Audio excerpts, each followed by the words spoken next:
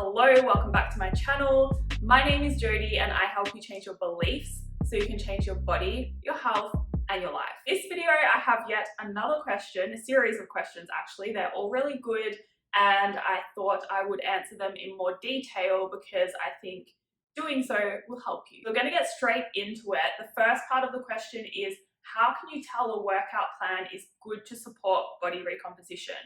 So first of all, with the body recomposition part, that really comes down to your diet aligning with your training. And what I mean by that is you have to be eating around your maintenance calorie intake and then making sure you are eating enough protein and getting stronger in your workout program. Now, in terms of how to tell whether a workout plan is good or not, this is quite difficult because obviously there are a lot of bad ones out there.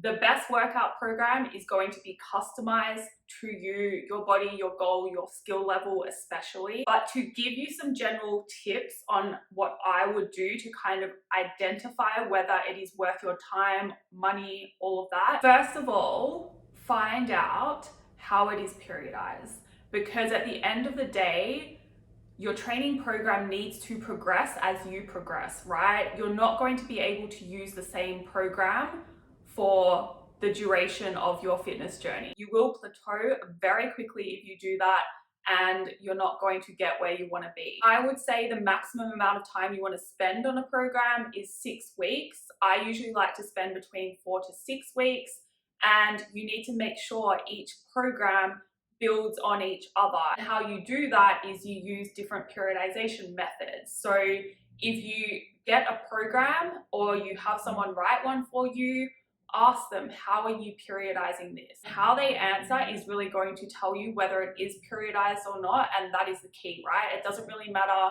if you understand what periodization is, but the person writing the program or selling it should be able to answer that. The next thing I would recommend to do is to see if it has tempo in it.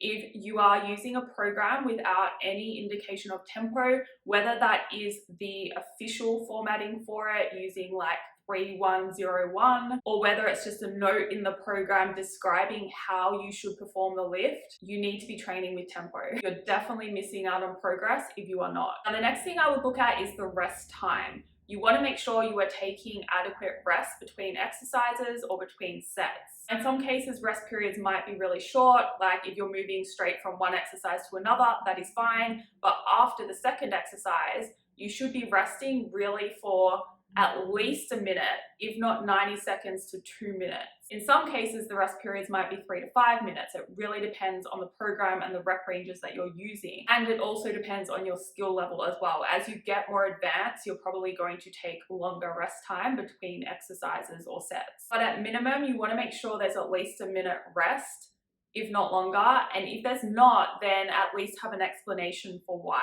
Remember, this video is general and these are general tips. I'm not saying that shorter rest periods are wrong. The next thing I'd look at is exercise selection. So you want to make sure each workout has mostly compound lifts, things like squats, rows, presses, chin-ups, lunges, deadlifts, hip thrusts, and it should contain less of the isolation movements. So things like calf raises and bicep curls, tricep extensions, leg curls, leg extensions. Those exercises can be in the workout, but they shouldn't form the bulk of the workout. And you want to make sure those exercises are appropriate to you as well. If you are female, at the start especially, you really don't need to be doing calf raises and shrugs. I see that in a lot of programs and it really is just wasting your time. Last thing I would check is to see how much jumping is involved.